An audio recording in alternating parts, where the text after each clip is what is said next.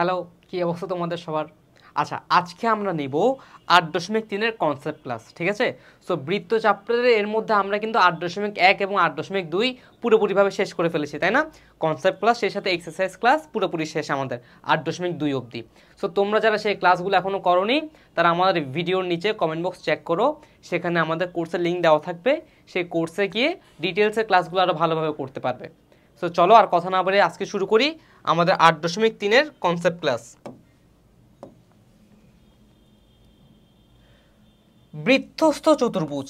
আচ্ছা, একটু মনে করে দেখবা তোমরা যারা আমার আগের ক্লাস করেছো ৮.২-এ অনেক উপপাদ্য এই শব্দের রিলেটেড ছিল। মানে কি?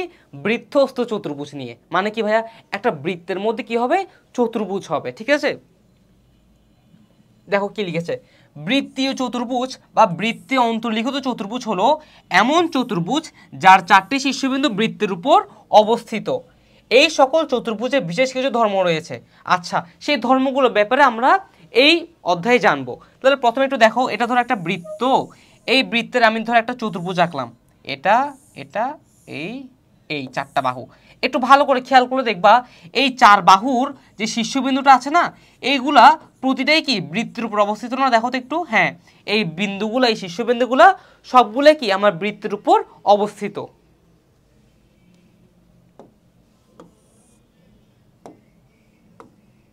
আচ্ছা, এখানে একটা কাজ দিয়েছে। কি কাজ দিয়েছে? বিভিন্ন আকারের কয়েকটি বৃত্তীয় চতুর্ভুজ আঁকো। কয়েকটি বিভিন্ন ব্যাসার্ধের বৃত্ত অঙ্কন করে প্রতিটির উপর চারটি করে বিন্দু নিয়ে চতুর্ভুজ সহজেই আঁকা যায়। চতুর্ভুজ কোণগুলো মেপে নিচের সারণীর পূর্ণ করবো। মানে কি? মানে তুমি এবার ইচ্ছা মতো কিছু চতুর্ভুজ আঁকবা বৃত্তের মধ্যে, হয় বর্গক্ষেত্র আঁকো, না হয় এরকম রম্বসের মতো করে আঁকো। সো এইভাবে আলাদা আলাদাভাবে 4 রকম করে আঁকবা। একে প্রতিটা কোণের মাপগুলো নিবা, সেই মাপগুলো তারপর এখানে কি করবা? নোট করবা, ঠিক আছে? মনে থাকবে? আচ্ছা, উপপাদ্য 23 দেখো, একটা উপপাদ্য দিয়েছে। কি দিয়েছে? বৃত্তে অন্তর্লিখিত চতুর্ভুজের যে কোনো দুইটি বিপরীত কোণের সমষ্টি 2 সমকোণ। এই দেখো চিত্র, এ বি সি ডি একটা কি চতুর্ভুজ না? এই চতুর্ভুজটা কোথার মধ্যে আছে ভাইয়া? বৃত্তের মধ্যে আছে। তার মানে এটা কি? বৃত্তস্থ চতুর্ভুজ একটা। ফাইন। তো এই বৃত্তস্থ চতুর্ভুজের মধ্যে বলেছে প্রমাণ করতে হবে কোণ বিএডি যোগ বিসিডি, কোণ বিএডি এই যে এটা, আর কোণ বিসিডি সমান কত সমকোণ? 2 সমকোণ। এটা আমাকে প্রমাণ করতে বলেছে। আচ্ছা, এবার প্রমাণটা দেখি চলো। সো প্রমাণ দেখার আগে আমরা আগে চিত্রটা লিখে নিই, এঁকে নিই। এই যে বৃত্ত, এরপর কি চতুর্ভুজ আঁকবো না?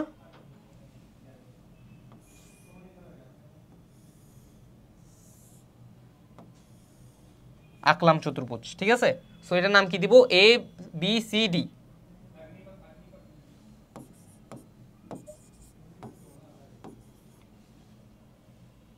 এ বি সি ডি, ওকে। এবার ও হচ্ছে বৃত্তের কেন্দ্র, এ ও আর ও সি যোগ করে দিলাম। ডান। শেষ না? কমপ্লিট না? Yes, complete. এবার দেখো কি বলেছে, একই চাপ এডিসি এর উপর দণ্ডায়মান কেন্দ্রস্থ।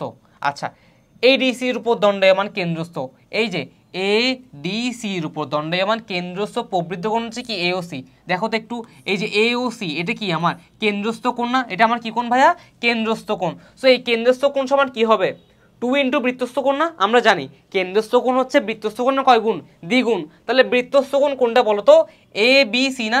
এই যে এ বি সি না? এটা আমরা একটা বৃত্তস্থ কোণ না? তাহলে লিখলাম কোণ এ ও সি সমান 2 ইন্টু এ বি সি, এই লিখে দিলাম। শেষ। এবার দেখো আবার এ ও সি সমান 2 ইন্টু এ বি সি। হ্যাঁ, বৃত্তের একই চাপের উপর দণ্ডায়মান কেন্দ্রস্থ কোণ বৃত্তস্থ কোণ কি হয়? দ্বিগুণ হয়। সেম ভাবে দেখো এবার আবার একই চাপ এ বি সির উপর দণ্ডায়মান কেন্দ্রস্থ কোণ, এই যে। আচ্ছা, চিত্রটা আবার আঁকলে ভালো হয়।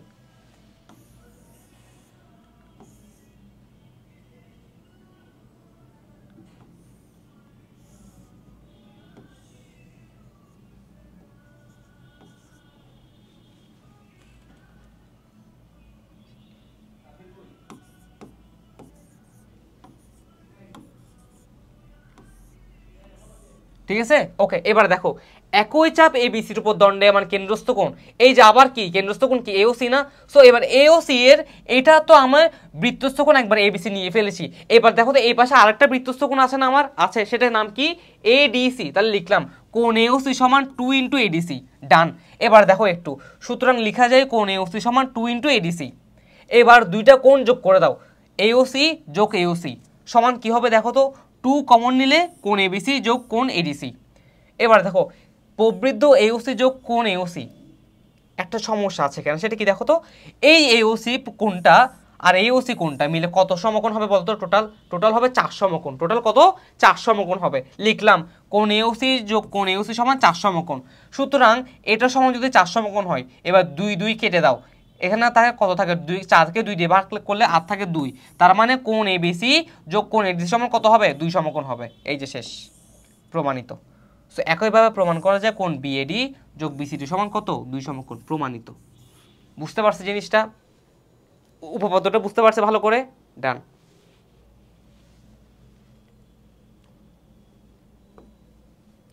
এবার দেখো একটা অনুসিদ্ধান্ত দিয়েছে, অনুসিদ্ধান্ত 6 কি বলেছে দেখো তো, বৃত্তে অন্তর্লিখিত চতুর্ভুজের একটি বাহু বর্ধিত করলে যে বহিস্থকোণ উৎপন্ন হয় তা বিপরীত অন্তস্থ কোণের সমান। এমসিকিউর জন্য খুব ইম্পর্টেন্ট, এটা লিখে রাখো। কি বলেছি, বৃত্তে অন্তর্লিখিত চতুর্ভুজের একটি বাহু বর্ধিত করলে যে বহিস্থকোণ উৎপন্ন হয় সেটা কি বিপরীত অন্তস্থ কোণের সমান হয়। অনুসিদ্ধান্ত 7 দেখো, বৃত্তে অন্তর্লিখিত সামান্তরিক একটি আয়তক্ষেত্র, তার মানে কি বৃত্তের মধ্যে কোনো যদি একটা সামান্তরিক থাকে তবে সেটা কি হয়ে যায়, আয়তক্ষেত্র হয়ে যায়। এমসিকিউর জন্য ইম্পর্টেন্ট। উপপাদ্য 24, কোন চতুর্ভুজের দুটি বিপরীত কোণ সম্পূরক হলে তার শীর্ষবিন্দু 4টি সমবৃত্ত হবে। কি হবে ভাইয়া, 4টা সমবৃত্ত হবে। এই যে চিত্র, আচ্ছা এ বি সি ডি চতুর্ভুজে, এই যে এ বি সি ডি, এই চতুর্ভুজে কোণ এবিসি, এই যে কোণ এ বি সি যোগ এডিসি, এই যে এডিসি সমান কত হবে, 2 সমকোণ না? হ্যাঁ 2 সমকোণ। সো 2 সমকোণ এখন প্রমাণ করতে বলছে আমাকে, এ বি সি ডি 4টা সমবৃত্ত। এখন সমবৃত্ত মানে কি বলতো ভাইয়া, সমবৃত্ত মানে হচ্ছে রে সেম একটা বৃত্তের উপর কি 4টা শীর্ষবিন্দু থাকবে। এখন একটু মনে করে দেখো, আমরা কিন্তু 8.1 এরকম একটা উপপাদ্য প্রমাণ করে আসছি, যেখানে সমবৃত্তের প্রমাণের বেলায় আমরা কি করতাম, চিত্রটাকে দুইবার আঁকতাম, হয় একবার হয় বিন্দুটাকে উপরে নিতাম মানে বৃত্তের বাইরে নিতাম, বহির্ভাগে নিতাম, না হয় বৃত্তের অন্তর্ভাগে নিতাম।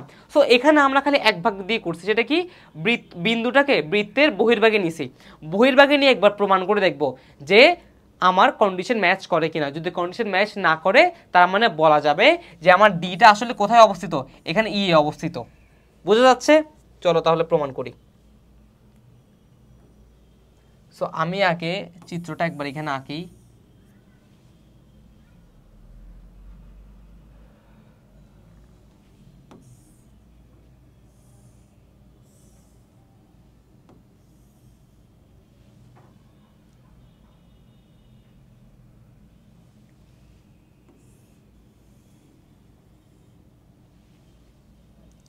নাম কি, A B C D, A B C D E, ঠিক আছে? ডান।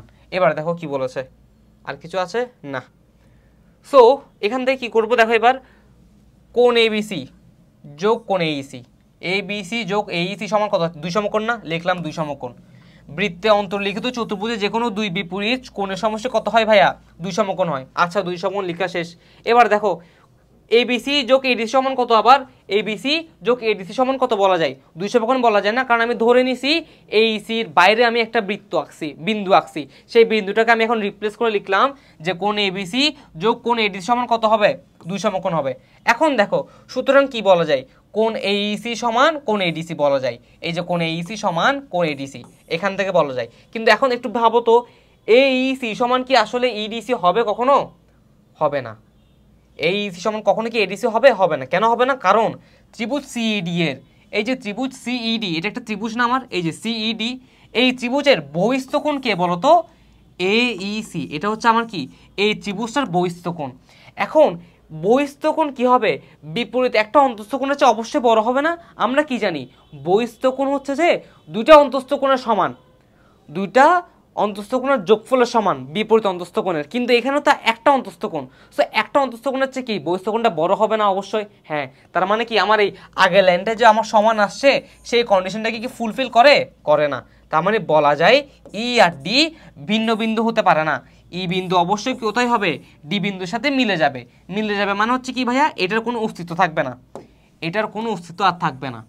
সো তার মানে বলা যায় যে এটা ডি বা ই যে কোনো একটা হবে এবং সেম বিন্দু হবে এবং এ বি সি ডি বৃত্তের উপর সমবৃত্ত। ক্লিয়ার ভাইয়া, বোঝা গিয়েছে?